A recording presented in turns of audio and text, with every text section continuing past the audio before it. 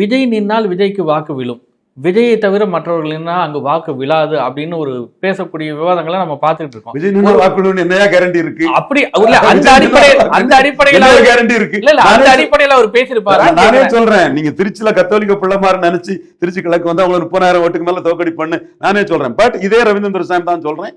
கரூர் விஷயம் துன்ப நிகழ்வு, அதுல எதையும் நான் குறை சொல்ல விரும்பல. சசிகலா ஜெயலலிதா மரணத்தில் வருத்தப்பட்டிருப்பாங்க. உயிர் தோழி நான் அவங்களை எதுக்கும் போதே சொன்ன மாதிரி நீங்க உங்க கேள்விக்கு பதிலாக விஜய் வருத்தப்பட்டிருப்பாப்புல. இந்த இஷ்யூவை நான் வந்து ஒரு பொலிட்டிக்கல் இஷ்யூவாட்டும் இதோட எடுக்கல. சீமான் சொன்ன மாதிரி ஒரு ஆக்சிடென்ட் ஆட்டு நான் விட்டுட்டு போறேன். பட் அதோட தொடர்ச்சியா சொல்லக்கூடிய இந்த இதுல அவங்கள்ட்ட ஸ்ட்ராட்டஜிக்கல் பிளண்டர் இருக்குது. என்கிட்ட இருக்க எல்லாருக்கும் வெயிட் உண்டு தான் கொண்டு போனோம்.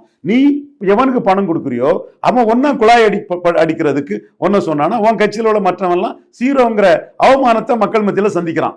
இன்னும் சொல்ல போனா இந்த அமைப்பு புஷியானந்த் இல்லைன்னா விஜய்க்கு இல்ல. ஆனா புஷியானந்த மட்டம் தட்டுறதுக்கு ஜான் ஆரோக்கியசாமி விஜய் தான் எல்லாங்கிறத பண்றாப்புல. உடனே புஷியானந்த் என்ன சொல்லுவாப்புல, முடிவெடுக்கிறது விஜய், பணம் விஜய்க்கு பணம், விஜய் தான் எல்லான்னு புஷியானந்தம் பேச்சு உள்ளுக்குள்ளேயே பிரச்சனைகள் அடிபட்டு அப்படி பேசியாக வேண்டிய சூழல் அங்க வருது.